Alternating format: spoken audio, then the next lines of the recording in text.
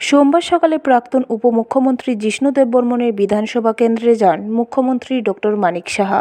পশ্চিম ত্রিপুরা আসনের বিজেপি প্রার্থী বিপ্লব কুমার দেবের সমর্থনে ভোট প্রচার করেন তিনি। এদিন চরিলামে ভোট প্রচারে গিয়ে এক মেগা রোড শোর আয়োজনে অংশ নেন। সিংহভাগ মহিলা কর্মী সমর্থক ছিল এদিনের রোড শোতে। হুড খোলা গাড়িতে ছিলেন মুখ্যমন্ত্রী ডক্টর মানিক সাহা। রাস্তার দুপাশে সারিবদ্ধভাবে দাঁড়িয়ে থাকা জনগণের কাছে বিপ্লব কুমার দেবের সমর্থনে ভোট চান মুখ্যমন্ত্রী। সংবাদ মাধ্যমে মুখোমুখি হয়ে মুখ্যমন্ত্রী ডক্টর মানিক সাহা বলেন, ভোট প্রচারে তিনি যেখানে যাচ্ছেন সেখানে মানুষের কাছ থেকে স্বতঃস্ফূর্ত সাড়া পাচ্ছেন।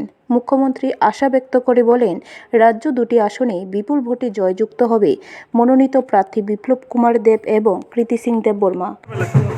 আপনারা তো দেখতেই পাচ্ছেন, যেখানে যাই মানুষের মধ্যে একটা স্বতঃস্ফূর্ত একটা রেসপন্স দেখতে পাচ্ছি। এখানে আমাদের সাথে চরিলামের প্রাক্তন বিধায়ক এবং আমাদের প্রাক্তন উপমুখ্যমন্ত্রী আমাদের জিষ্ণু দেববর্মন আমাদের সাথে ছিল।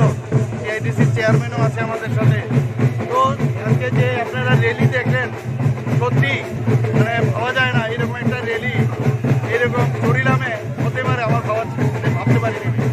এবং মোদিজি যেভাবে কাজ করে গেছেন, মোদিজির উপর তাদের সবারই একটা আস্থা আছে, সেটা কিন্তু আজকের তারিখও বোঝা যাচ্ছে। এবং আমি নিশ্চিত আমাদের যে পশ্চিম আসনে আমাদের প্রাক্তন মুখ্যমন্ত্রী বিপ্লব কুমার দেবজি দাঁড়িয়েছেন এবং পূর্ব আসনে আমাদের মহারানী কৃতি সিং দাঁড়িয়েছেন।